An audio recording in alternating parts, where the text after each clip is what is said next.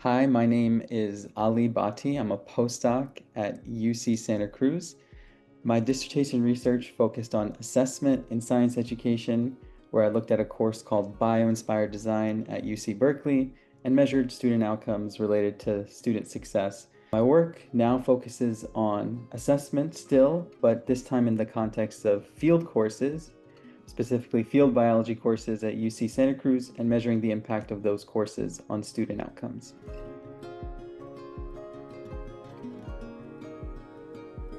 So for me, what I'm most proud of really just starts with getting into graduate school. This was something that was a little bit distant for me, just because no one in my family had ever gone to graduate school. No one that I knew of in my family, or really even my immediate circle, had a PhD.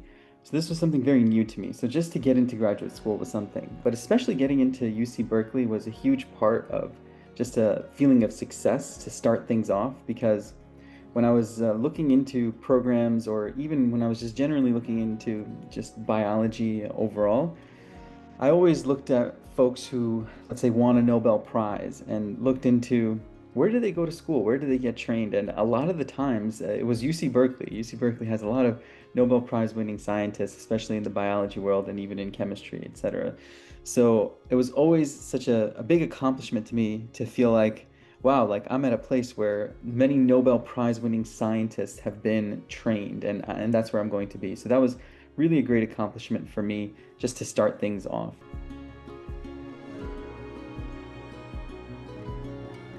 So for me in graduate school, a major challenge was really the biggest challenge of my life.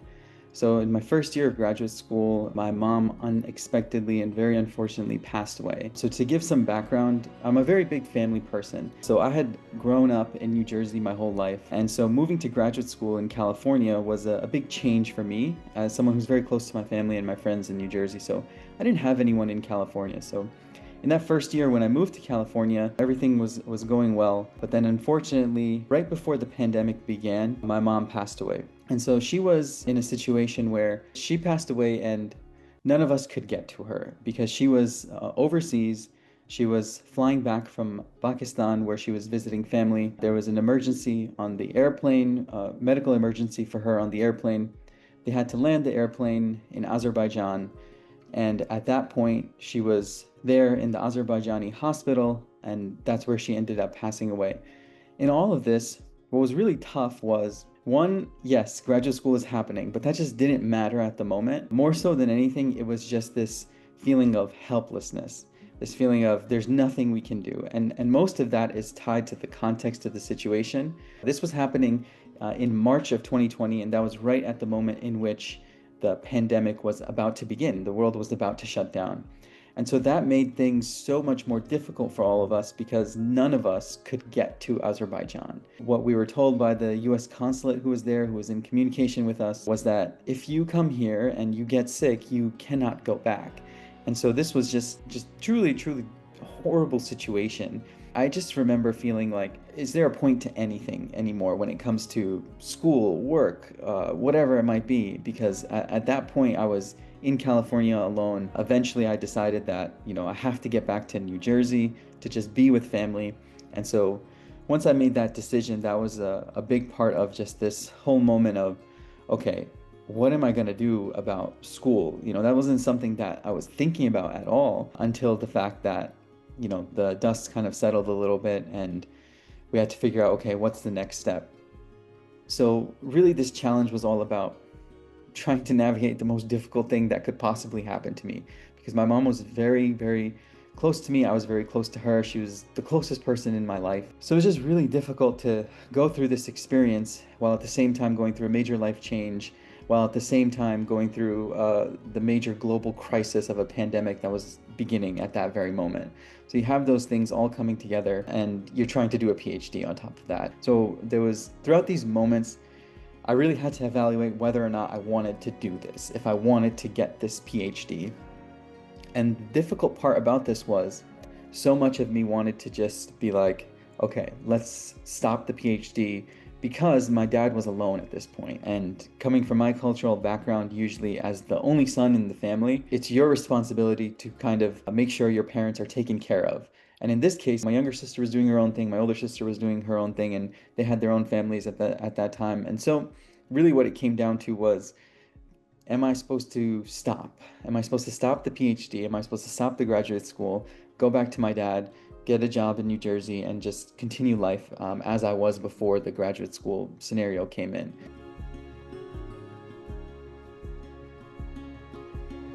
So the coping strategies that really helped me, I think, can be broken down into like local coping in the moment, and more long-term coping that was related to my family. So what I mean by that is, as this was happening, I was in California at the time and I was away from family.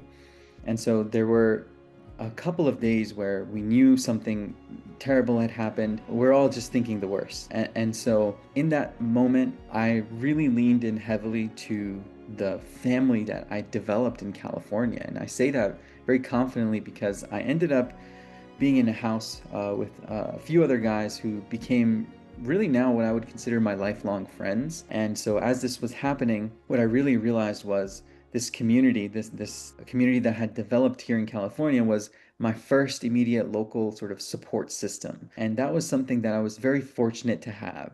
A big part of me was thinking, okay, how can I possibly get through this, the difficulty of this, without my family here? But what I really thought of as a point of benefit or fortune was the fact that I had such great friends in California, in this house that I was living in, that gave me the support that I needed in that moment. Then I did make the decision to go back to New Jersey to just be with family. And so then my second sort of coping strategy here was to be directly with my family and that community support system where I was at home. This was something that I decided to do that was really supported by everyone in my program. I had supportive advisors, I had supportive mentors, I had supportive people at Berkeley who were a part of my PhD. All of these folks just said to me very directly, you do what you need to do. And so there was no questions asked about leaving the state, about going back home. Whatever I needed to do in this moment was fully supported by the folks at Berkeley, which was really, really important to me. And so because of that, I got the opportunity to go home. And when I got to go home, that's really where I felt this sense of family community that helped me cope in the moment.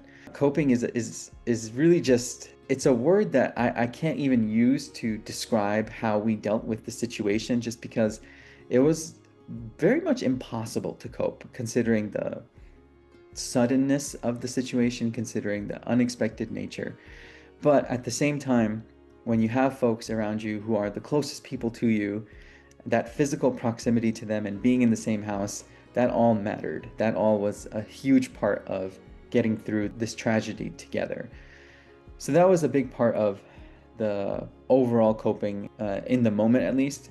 And then later on, when it came to actually like taking some time away, that was also, again, something that was really important in terms of support from my PhD community at Berkeley, and specifically my advisor, my co-advisor, the folks in my department, where once my mom had passed away, it was, again, very clearly put to me, you are in charge of your own, whatever needs you have in this moment when it comes to taking time off, taking time away, taking a break, taking a leave of absence, whatever you need to do. There was no questions asked about that. It was truly myself in the driver's seat, with the support of my advisor, my co-advisor, everyone that was really there.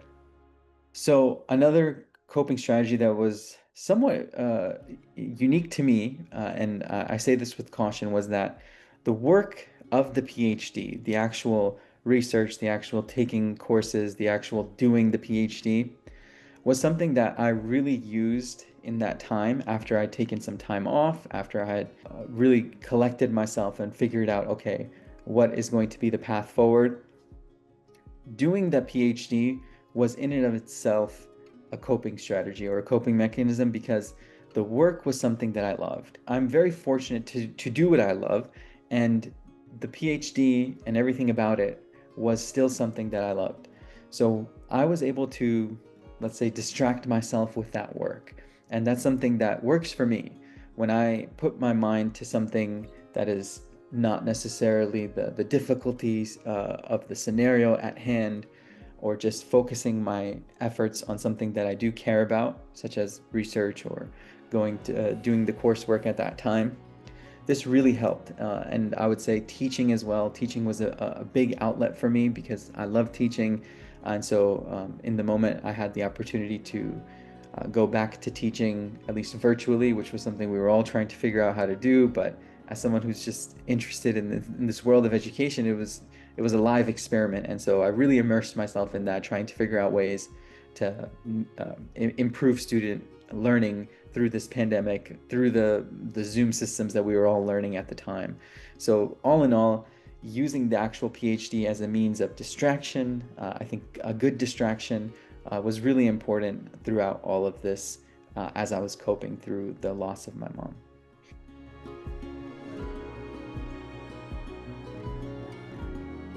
So something I learned through this challenge was really honing in on what was my motivation in the first place. And really what it came down to was thinking about my mom throughout all of this. So again, coming from a background where no one in my family has a PhD, much less a college degree, it was really important for me to just think about, what would my mom want me to do?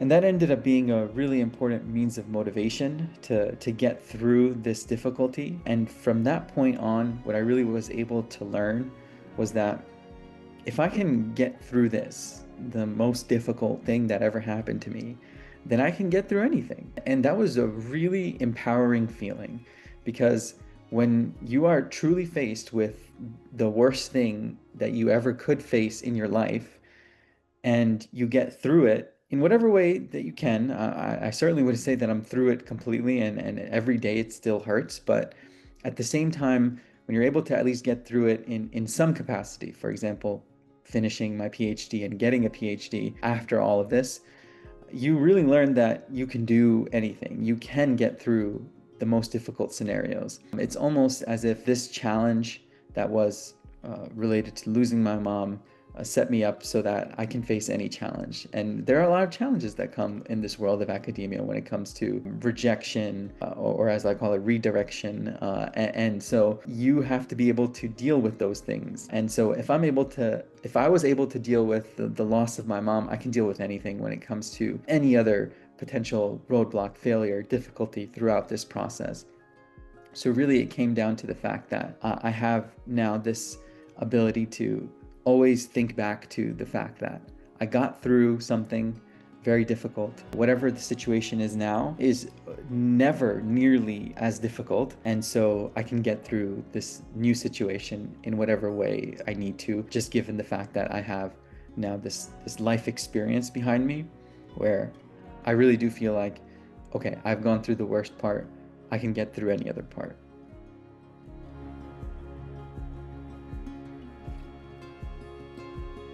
I think for me, when it comes to thinking about current grad students and advice I would give them, it really goes back to this idea of having a North Star.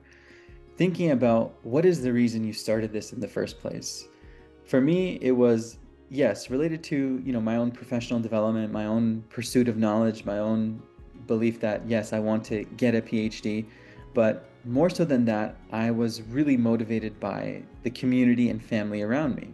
Getting through the challenge, it was all about figuring out, okay, I have this North Star here of my mom and the way she helped motivate me and get me through these things. And so I really relied on that. And I think that would be my biggest piece of advice, is to always just have something in front of you that is your guidance. And so it could be anything. It could be, something that you've relied on your whole life, or it could be something new that you're pushing yourself towards.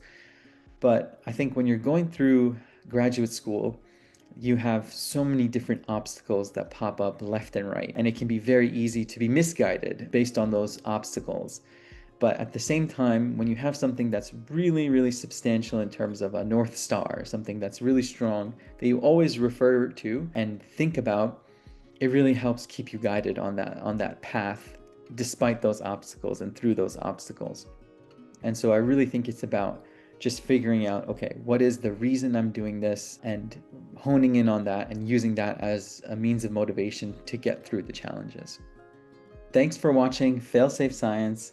My name is Ali, and I hope my story has let you see that you can get through anything and that graduate school is just one stop in a longer journey towards your North Star.